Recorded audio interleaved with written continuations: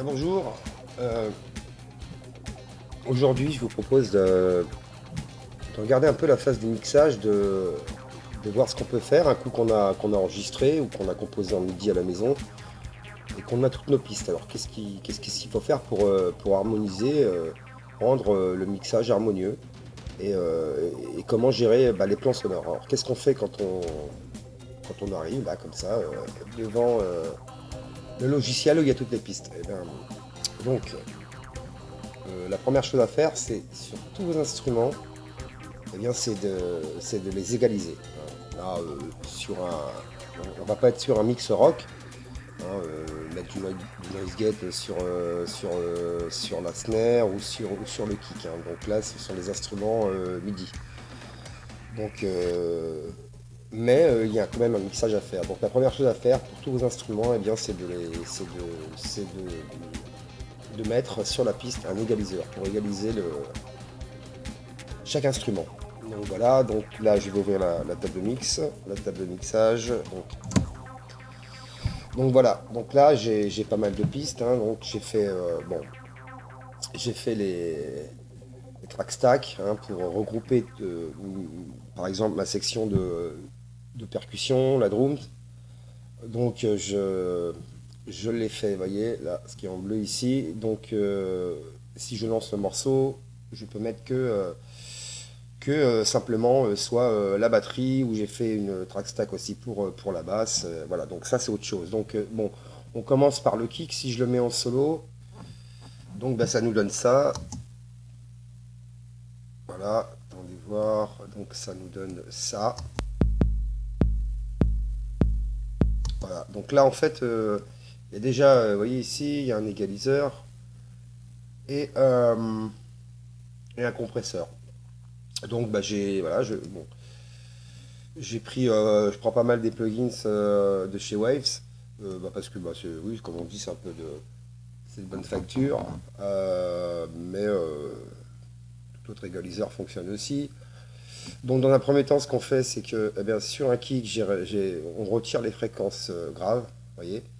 Donc comme ici, donc à peu près taper, là j'étais à 95 parce que après quand on réécoute ou on grave, on s'aperçoit qu'il y a beaucoup trop de basses et faut retirer les fréquences, évidemment pour pas que ce soit trop grave et qui va venir pourrir le mixage, à entendre des super basses là. Donc voilà.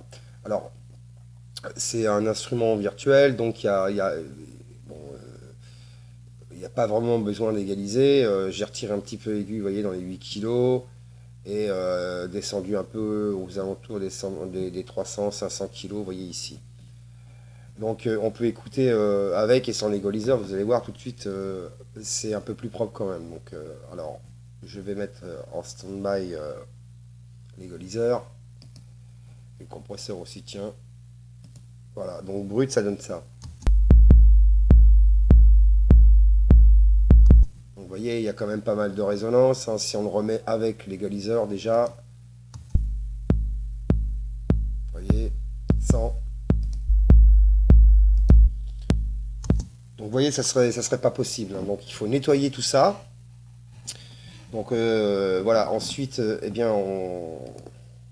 on ajoute un compresseur directement sur la piste, comme l'égaliseur d'ailleurs, vous voyez. Donc j'ai pris le air compresseur de chez Waves. Donc je ne diminue pas trop pour pas, vous voyez, le ratio est de 3,41.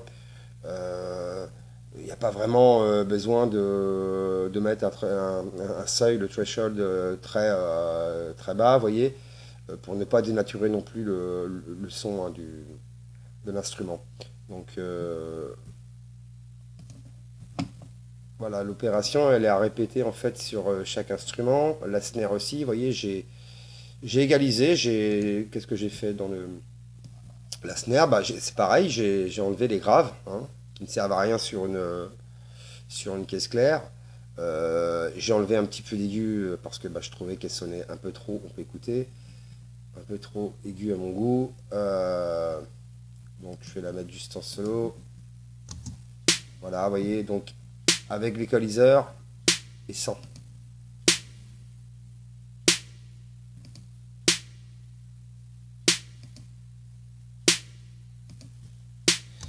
voyez, vous entendez, c'est un peu moins claquant quand même, un coup que c'est un peu nettoyé, hein. Dans les aigus, vous voyez, sur les 8 kilos.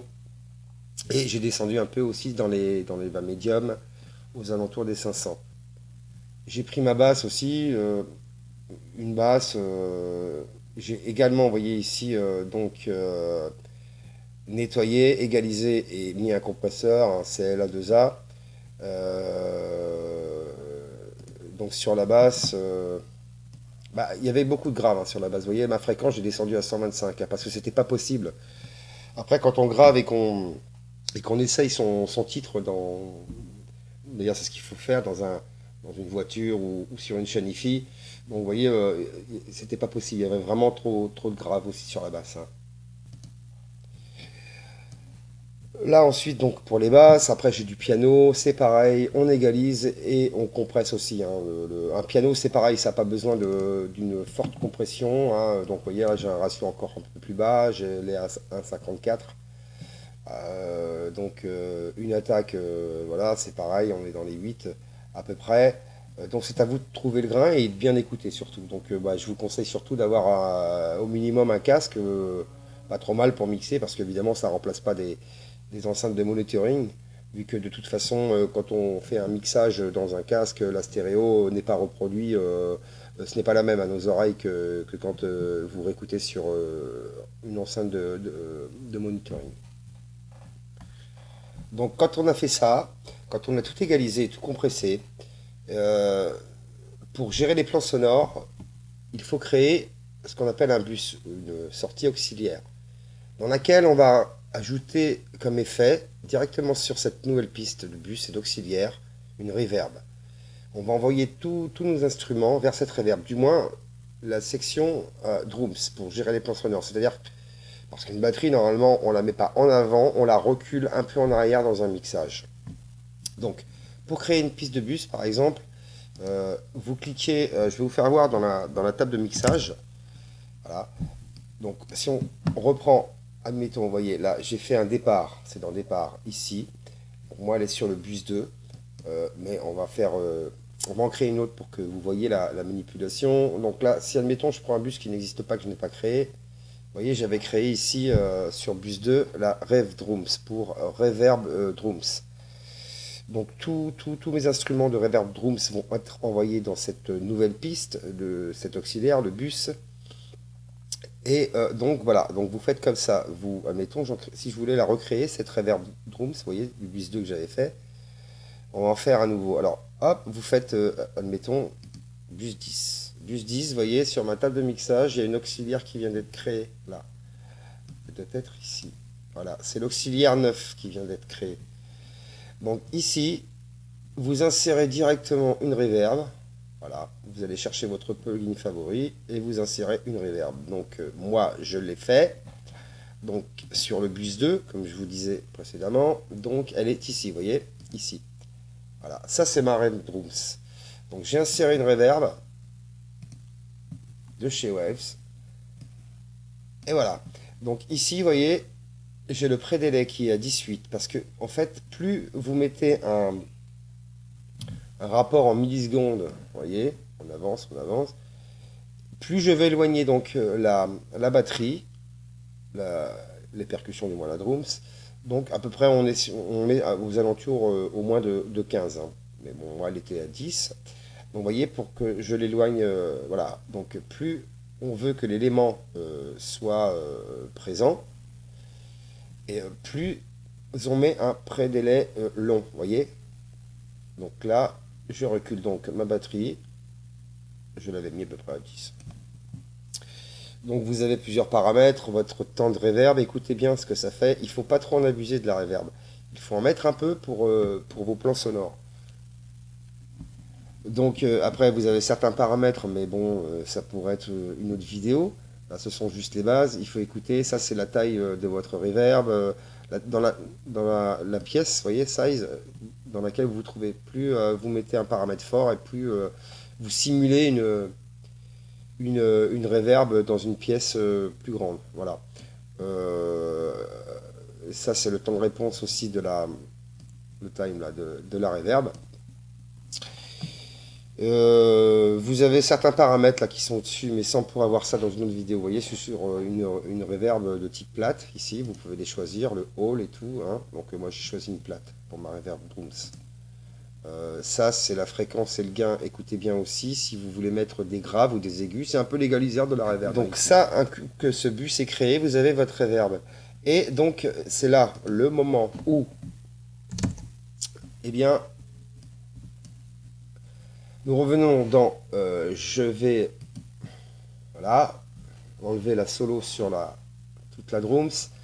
Et piste par piste, donc je reviens donc admettons sur un snare. Et c'est là que donc quand vous avez envoyé, donc là je remets mon bus 1 sur le 2, parce que sinon il sera envoyé dans un bus qui n'existe pas, enfin qui n'a pas d'effet, puisque c'était le bus 10 que j'avais créé tout à l'heure pour vous faire voir. Donc, je remets bien ce que j'avais créé, mon bus 2 dans la Rev Drums. Voilà. Vous voyez, la snare aussi est sur le bus 2, ainsi que le hat et la crash. Donc là, ici à côté, vous avez un bouton qui va vous permettre d'envoyer et d'ajuster finement vos effets de la reverb. Alors, pour cela, alors, vous faites... ici, vous avez les sorties. Voilà, ici.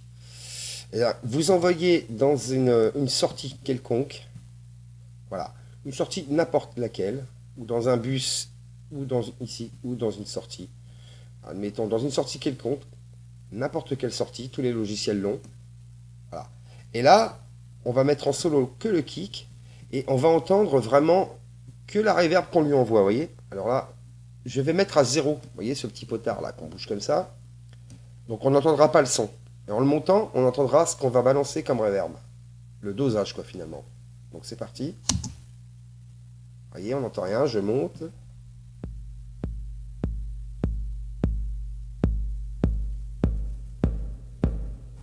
Vous voyez, pour exagérer, j'ai monté le volume très haut. Mais alors, vous faites ça avec votre kick, snare et hat, et vous faites les niveaux, comme si vous faisiez la balance. Donc si on met tout, voilà, ça donne ça.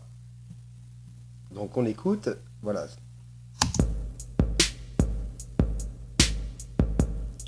Vous voyez,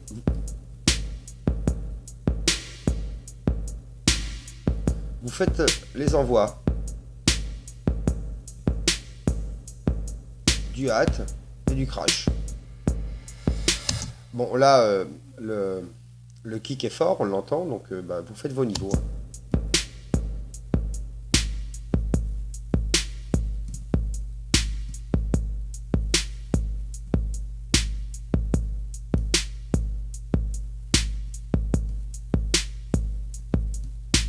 Donc là, on n'est pas trop mal. Donc, alors, il faut... Donc, vous vous remettez donc en sortie normale. Donc, on va sélectionner les pistes de toute la drums. Voilà. Et on va remettre tout de suite. Hein, quand vous avez fait ça, vous remettez après pour régler aussi. Donc, vous remettez dans votre sortie audio principale.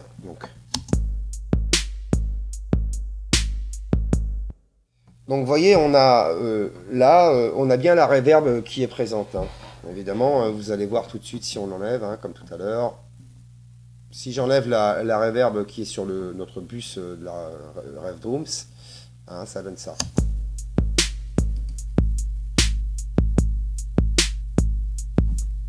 Là, je vais la remettre.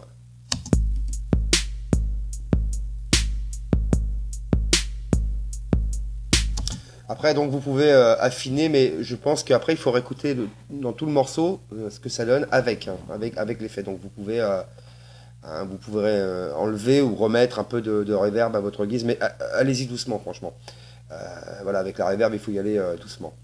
Donc voilà le but pour ce qui est bien avec ce bus, quand on envoie dans un bus, c'est qu'on peut, vous voyez, bien entendre ce qu'on envoie. Donc là, on peut remettre avec le morceau hein, pour voir.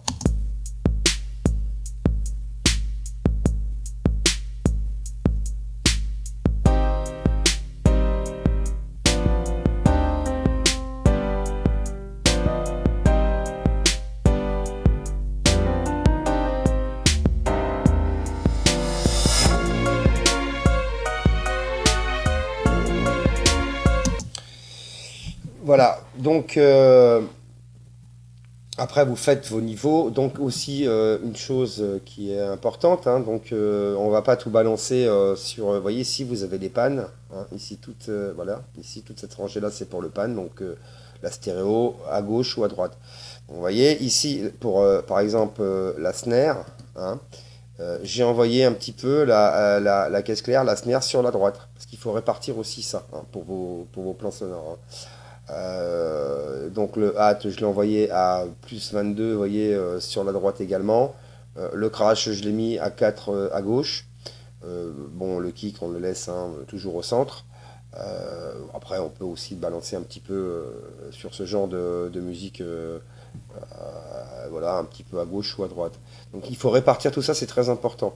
Voilà.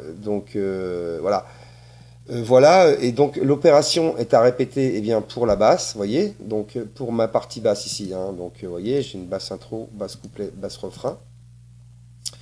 Eh bien c'est pareil, j'ai fait exactement la même chose, vous voyez, j'ai créé un autre bus, hein, avec l'auxiliaire qui se crée directement, comme on a fait pour la drums.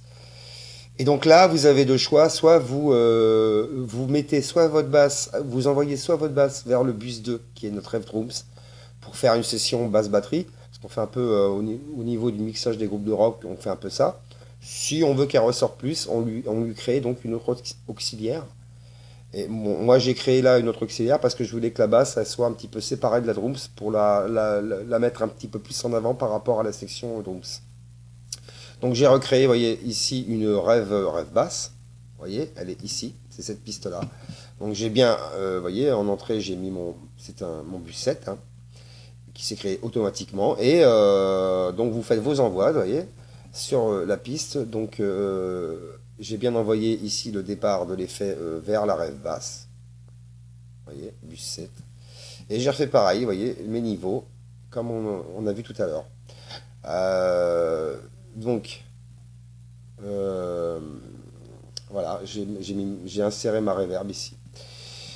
Donc, en fait, vous refaites l'opération. Donc, le violon, la partie du violon, bah, c'est pareil. J'ai fait une ré violon, vous voyez, ici, ré violon, voilà, dans laquelle j'ai inséré toujours, vous voyez, sur le bus 1, ici.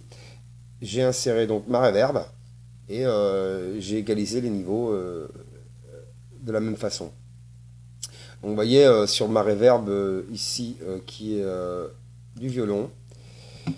On n'a pas regardé d'ailleurs pour la basse. Vous voyez là mon prédélai je l'ai mis à 65. Donc j'ai rapproché ce violon par rapport à, vous voyez ici sur la basse on est à ma rev basse. On est... Voilà. Vous voyez ma rev basse elle est à 14. Pour 10 tout à l'heure pour la drums. Vous voyez. Donc je rapproche un peu la basse et je rapproche encore le violon. Bon, c'est ça qui établit nos plans sonores finalement. Donc voilà, je peux vous mettre un peu de morceaux, voir ce que ça donne.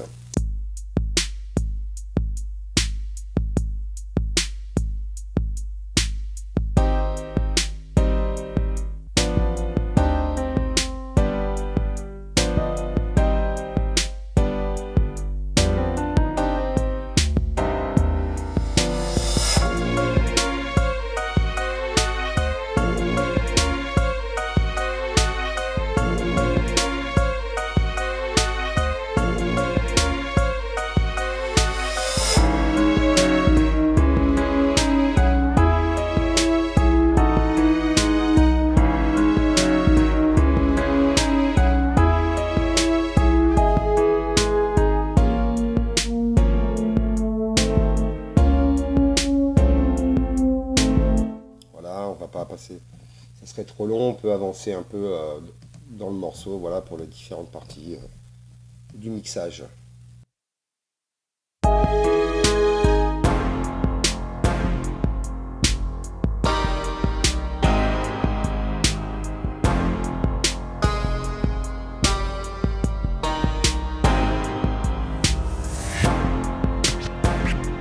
voyez là j'ai mis un violon qui arrive ici. Je l'ai pas mis sur 5. Et je l'ai mis en arrière un peu avec le volume. Et je l'ai mis sur la reverb violon.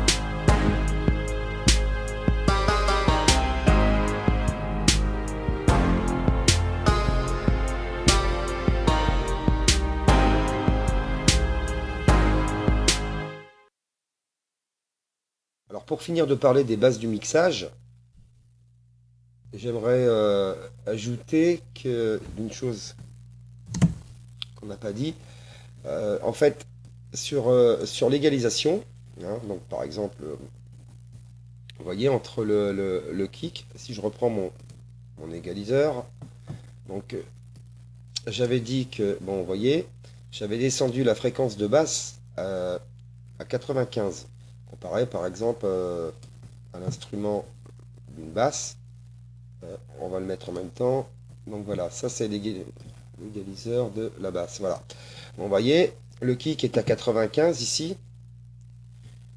Et j'ai redescendu encore la fréquence à 125 pour ne pas mélanger les fréquences. Il faut éviter de mélanger les fréquences, par exemple, d'une basse et d'un kick, eh bien pour ne pas que ça fasse brouillon, ce qui est normal.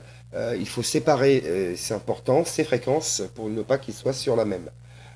Voilà, donc c'était une chose que je voulais dire avant de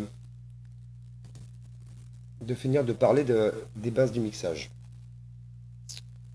Et vous faites ça aussi pour tous les autres instruments. Évitez de toujours séparer un petit peu les fréquences. Voilà, ça donne, c'est plus clair pour un mixage. Maintenant, pour finir, cette vidéo, je voudrais juste vous donner un petit truc pour surveiller les niveaux. Il y a un petit plugin un analyseur de fréquence qu'on peut ajouter ici, vous voyez, sur la piste carrément en insert de la piste stéréo. Donc, vous ajoutez, si vous voulez, donc là, vous ajoutez un plugin, un pas analyseur. Donc ça, c'est l'égaliseur qui est déjà présent. Vous voyez qu'il n'est pas activé. Je ne sais pas comment c'est arrivé là. Enfin, c'était par défaut, sûrement. Bref, donc ici, donc, on va aller chercher ce plugin. Donc, de chez Waves, c'est le PAS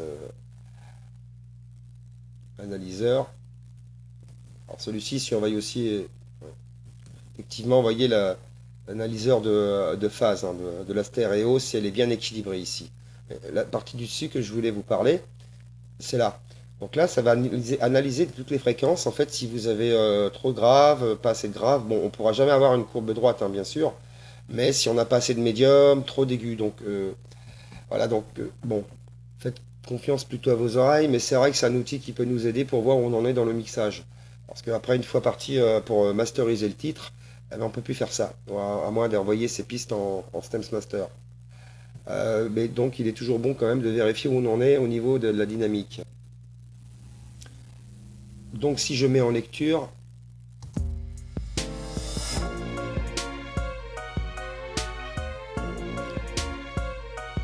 vous voyez là, on peut dire que c'est pas trop mal. On est assez, c'est assez harmonisé, c'est assez égalisé. Donc, vous voyez, j'ai mes basses là qui montent ici sur la fréquence de 60. Et dans les médiums, on est bien. Vous voyez cette courbe?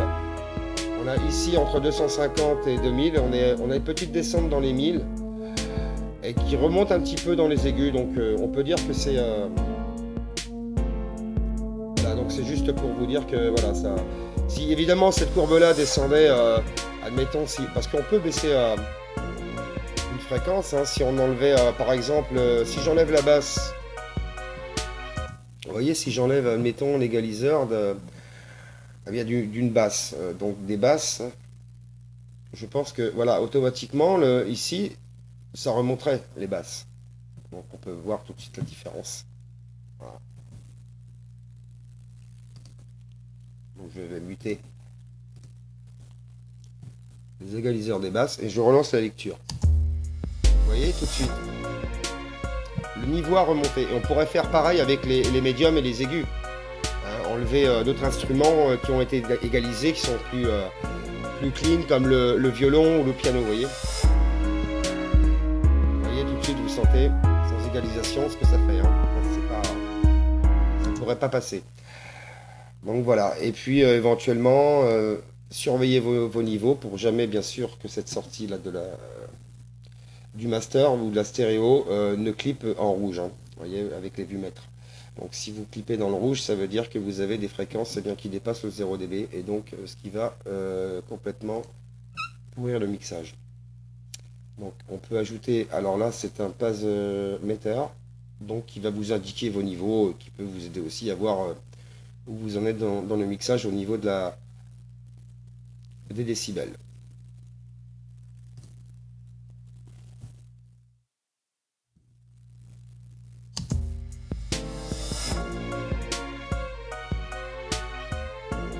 Vous voyez là on est à peu près à moins 16 dB.